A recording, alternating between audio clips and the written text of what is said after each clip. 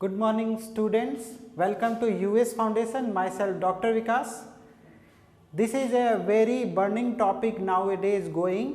These are called viruses. Viruses बहुत ही pandemic situation create कर रहा है हमारे वर्ल्ड में, जो कि बहुत ही कॉमन आजकल सुनने को मिल रहा है, जो है कोरोना वायरस। तो आज हम वायरसेस के बारे में जानेंगे, वायरसेस के प्रॉपर्टी को जानेंगे, वायरसेस के स्ट्रक्चर को जानेंगे, वायरसेस के इन्फेक्टिविटी को जानेंगे, वो इन्फेक्शन कैसे कॉज करता है, एंड उसके क्लासिफिकेशन को जानेंगे कि what are the classification of viruses. तो let's us begin with first. सबसे पहले जानते हैं कि वायरस के स्टडी को हम क्या बोलते हैं। तो now I am teaching about the viruses is called virology. Study of viruses is called virology. तो लॉजी का मतलब होता है स्टडी और वायरस का मतलब वायरस, तो वायरोलॉजी मतलब स्टडी ऑफ वायरसेस। इसके बाद हम जानेंगे कि वायरसेस के क्या क्या प्रॉपर्टीज होते हैं और बेसिकली उसका इंट्रोडक्शन क्या है। तो सबसे पहले जान लें कि वायरस ना तो लिविंग थिंग्स है ना अनलिविंग थिंग्स है। मतलब अब ये कौन सी नई चीज़ मैंने बता दी कि वो जिंदा भी नहीं है और वो मरा भी नहीं है, ऐसा कैसे हो सकता है भाई। तो वायरसेस का ये एक बहुत ही खास प्रॉपर्टी है। कैसे, आई विल डिस्कस इट। सबसे पहले जानें कि वायरस में कोई सेल न्यूक्लियस नहीं होता है, और जैसा कि हम जानते हैं जो चीज़ों में न्यूक्लियस नहीं होता है वो डेड टिश्यू माना जाता है। जैसे कि हमारे हेयर्स में कोई न्यूक्लियस नहीं होता है, उसमें केराटिन होता है, तो अगर हम न्यूक्लियस नहीं है तो ये डेड टिश्यू है। इसीलिए जब हम बाल काटते हैं तो हमको कोई पेन नहीं महसूस होता है।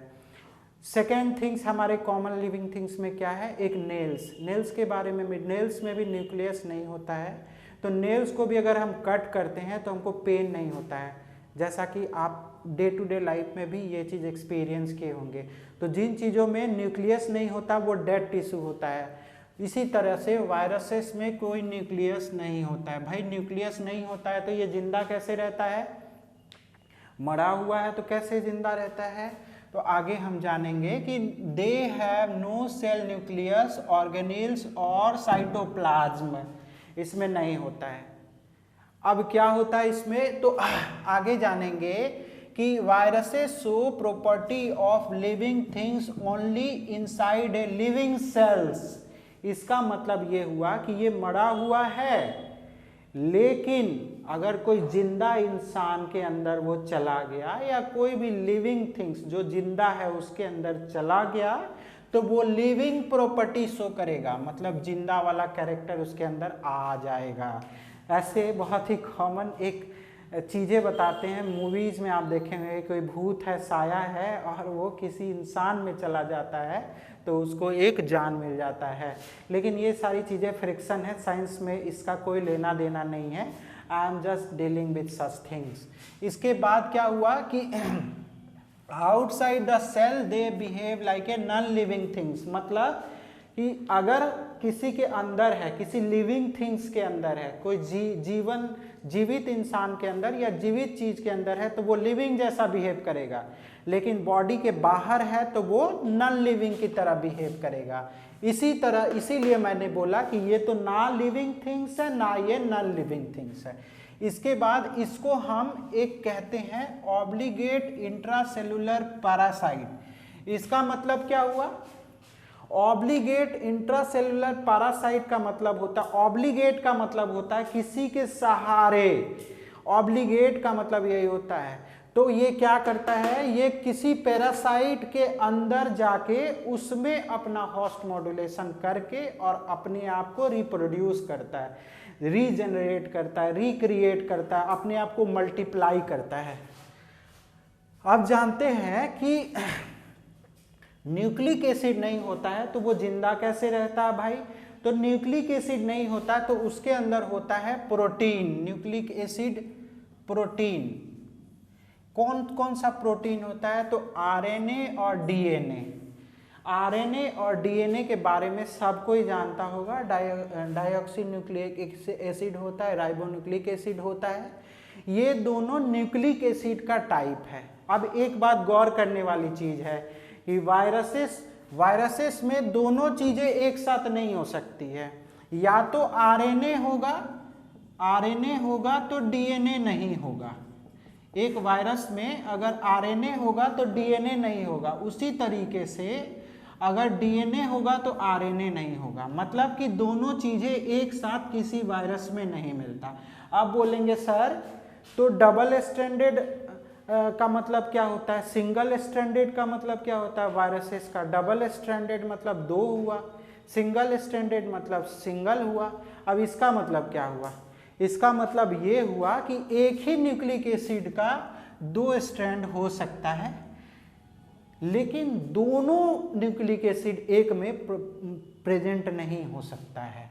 तो ये जाने कि या तो आरएनए होगा या डीएनए होगा, दोनों एक साथ नेवर, कभी नहीं हो सकता है। इसके बाद जानते हैं कि because they cannot reproduce by themselves, viruses are not considered living things. मतलब क्या हुआ कि अगर वो खुद से अपने आप को रिप्रोड्यूस नहीं कर सकता है, उसको किसी होस्ट की जरूरत है, किसी चीज की जरूरत है, किसी लिविंग थिंग्स की जरूरत है अपने आप को रिप्रोड्यूस करने के लिए, इसीलिए उसको लिविंग कंसिडर्ड नहीं करते हैं। तो बेसिकली हम जान गए, एक चीज तो कॉमन जाने, हम क्या जाने कि वायरस जो है ना तो लिविंग थिंग्स है ना नॉन लिविंग थिंग्स है, वो खुद से अपने आप को प्रोड्यूस नहीं कर सकता, रिप्रोड्यूस नहीं कर सकता है, उसको होस्ट की जरूरत होती है। इसीलिए बोला गया है कि जब वायरस का अटैक हुआ, आपको कोरोना का अटैक हुआ, तो एक वर्ड आया क्वारंटाइन। बोले कि क्वारंटाइन हो जाइए, मतलब अलग थलग हो जाइए। मतलब क्या कि एक सेल है, उसका एक लाइफ साइकिल है, मतलब 14 दिन बाद उसको मर जाना है। लेकिन अगर एक पर्सन से वो दूसरे पर्सन में चला गया तो उसको तो फिर से होस्ट मिल गया, तो वो फिर से अपने आप को रिप्रोड्यूस कर सकता है। लेकिन अगर ये इंसान कट गया, ये इंसान नहीं मिला किसी से, ये इंसान अपने आप को क्वारंटाइन कर लिया, सेपरेट कर लिया, तो क्या होगा? वो लिविंग सेल्स उसको नहीं मिला फिर से, तो वो रिप्रोड्यूस नहीं कर पाया, तो वो खत्म हो जाता है। इसीलिए बोला गया है कि अगर आपको कोरोना का अटैक हुआ है या फिर आपको ट्रैवल हिस्ट्री या बाहर से आया, हो सकता है आपको कोरोना का कोई वायरस लग गया हो, तो आपको बोला जाता है कि नहीं, आप 14 दिन के लिए कहीं क्वारंटाइन हो जाए। इसका मतलब यही होता है कि एक लिविंग सेल से दूसरे लिविंग सेल्स को ये ना मिले, ताकि उसका विस्तार ना हो पाए, वो फिर से अपने आप को रिप्रोड्यूस नहीं कर पाए और वो अपने आप को फैला नहीं पाए। अब ये तो बेसिक हो गया कि वाटर वायरसेस के क्या क्या प्रॉपर्टीज होते हैं। अब आते हैं कि structure of virus. Structure of virus क्या होता है? तो बेसिकली इसका अलग अलग वेरिएंट्स होते हैं। अब ये जानेंगे कैसे होता है। तो इसमें एक शेप का देख रहे होंगे, ये शेप जो है, ये शेप जो है इसको हम कैप्सिड बोलते हैं। क्या बोलते हैं? कैप्सिड। कैप्सिड जो है वो ऑक्टाहेड्रल हो सकता है, टेट्राहेड्रल हो सकता है, पेंटाहेड्रल हो सकता है। मतलब कि उसमें जितने साइड्स है, 1 2 3 4 5 6, ठीक है, इसमें 6 साइड्स है, तो इसका अलग अलग शेप होता है, तो इसके लिए इसको हम कैप्सिड बोलते हैं। तो ये एक कॉमन चीज है जो कि कैप्सिड होता है। अब कैप्सिड के बेस पे इसका अलग अलग नाम होता है। अब अलग अलग कैप्सिड होता है, जैसे एक तो सिंगल कैप्सिड हुआ, एक फिलामेंटस जैसा हुआ, एक टेल हेड जैसा शेप होता है। तो ये कैप्सिड के बेस पे अलग अलग इसका नाम बनता है। इसके बाद क्या हुआ? इसके बाद इसमें न्यूक्लिक एसिड होता है। न्यूक्लिक एसिड ये देख रहे हैं, ये 2 न्यूक्लिक एसिड। अब न्यूक्लिक एसिड देखिए, न्यूक्लिक एसिड पे इसका नाम होता है डबल स्ट्रैंडेड, मतलब 2 हुआ। अगर ये सिंगल होता तो सिंगल स्ट्रैंडेड, ठीक है। लेकिन एक ही प्रोटीन का, एक ही न्यूक्लिक एसिड का होगा, या तो आरएनए होगा तो दोनों आरएनए होगा, या डीएनए होगा तो दोनों डीएनए होगा। दोनों एक साथ आरएनए डीएनए नहीं प्रोड्यूस होगा, जो कि हम पहले बता चुके हैं। तो न्यूक्लिक एसिड पे इसका नाम होगा, जैसे single stranded RNA virus, double stranded RNA virus, single stranded DNA virus, double stranded DNA virus, positive, negative, अलग अलग नाम होता है। तो ये न्यूक्लिक एसिड के बेस पे। अब आते हैं इन्वेलप। इसको ना चारों तरफ से इन्वेलप होता है। एनवेलप का मतलब क्या होता है? एनवेलप का मतलब क्या होता है? चारों तरफ से उसको रैप करना है। तो ये जो कैप्सिड है इसको चारों तरफ से एक एनवेलप होता है, इसको हम बोलते हैं एनवेलप। अब इसके नाम पे भी अलग अलग चीज होता है। अगर ये एनवेलप नहीं हो, कंसीडर करिए ये नहीं हो, तो उसको हम नेकेड वायरस बोलते हैं, मतलब नेकेड है वो। और एक होता है जिसमें स्पाइक, अब ये जो है इसमें क्या बना हुआ है, क्राउन लाइक स्ट्रक्चर बना हुआ है, इसी तरह स्पाइक बना रहता है, कांटा जैसा बना रहता है, स्पाइक जैसा बना रहता है। तो अलग अलग उसके बेस पे नाम होता है। अब एक चीज, बड़ा ही इंटरेस्टिंग चीज बताते हैं, कोरोना का नाम कोरोना कैसे पड़ा? इसी की वजह से पड़ा। ये एनवेलप में जो इसके स्ट्रक्चर, जो प्रोजेक्शन है, उसी के नाम से इसका कोरोना का जो है ना, कोरोना का ऊपर जो है क्राउन जैसा स्ट्रक्चर होता है, मुकुट जैसा। राजा का मुकुट देखा हुआ है, ऐसे मुकुट होता है। उसी तरह से जो वायरस हुआ, कोरोना वायरस हुआ, उसके ऊपर क्राउन लाइक स्ट्रक्चर होता है, इसीलिए उसका नाम कोरोना पड़ा। ऐसा कोई कोरोना माई वगैरह नहीं है, ऐसा कोई चीज होता नहीं है। तो कोरोना का नाम उसके जो एनवेलप में जो प्रोजेक्शन निकला हुआ है उसी की वजह से उसका नाम कोरोना पड़ा। अब इसमें अलग अलग वेरिएंट्स होते हैं, जैसे इसमें नहीं हो तो नेकेड बोलेंगे, स्पाइक हो सकता है, किल लाइक प्रोजेक्शन हो सकता है, स्पाइक लाइक प्रोजेक्शन हो सकता है, नॉर्मल प्रोजेक्शन हो सकता है। तो ये सारी चीज़ें जो हैं स्ट्रक्चर ऑफ वायरसेस है। तो बेसिकली हम जाने कि इंट्रोडक्टरी पार्ट जाने, इंट्रोडक्शन क्या है वायरसेस, और इसके बाद जाने कि स्ट्रक्चर क्या है वायरसेस का।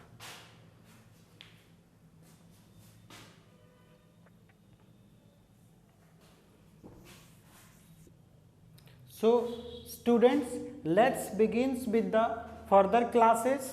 मैंने लास्ट क्लास में आपको बेसिकली क्या बताया? तो मैंने बताया इंट्रोडक्टरी पार्ट और structure of viruses. Now I will discuss about the classification of virus.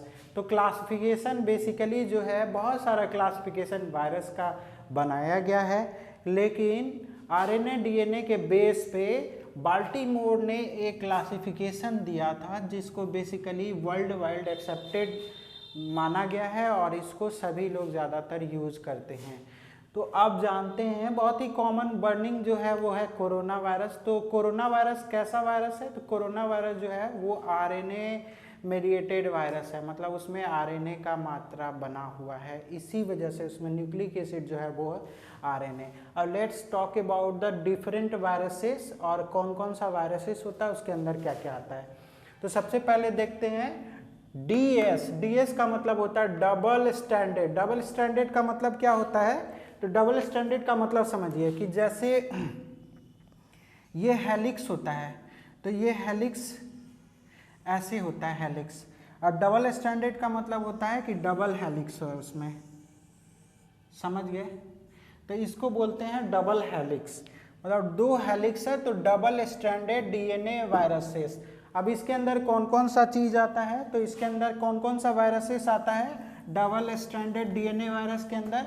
तो इसके अंदर आता है adeno virus, herpes virus and para virus. कहीं ना कहीं इसका नाम सुना होगा आपने, हार्पीज जोस्टर का नाम सुना होगा, चिकन पॉक्स या मीजियल्स, मम्स, ये सब का सुना होगा। तो ये ग्रुप से जो है ज़्यादातर होता है हार्पीज वायरस, जिसके अंदर कॉमन है, बहुत ही ज़्यादा कॉमन डिजीज है जो कि बच्चों में ज़्यादातर लगता है। चिकन पॉक्स, स्मॉल पॉक्स, ये सब का नाम आपने सुना होगा, वो हार्पीज जोस्टर की वजह से ही होता है, इसी ग्रुप से, डबल स्टैंडर्ड डीएनए वायरस। अब आते हैं single standard DNA, positive sense में डीएनए, इसमें कौन सा आता है? इसमें आता है पाराबो वायरस, ठीक है।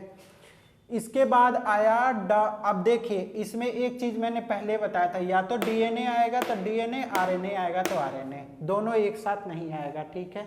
तो अब थर्ड वाले में है डबल स्टैंडर्ड आरएनए वायरस, इसके अंदर आता है रियो वायरस, इसके अंदर आता है रियो वायरस। इसके बाद सिंगल स्टैंडर्ड आरएनए वायरस, ठीक है, पॉजिटिव सेंस में कौन सा है?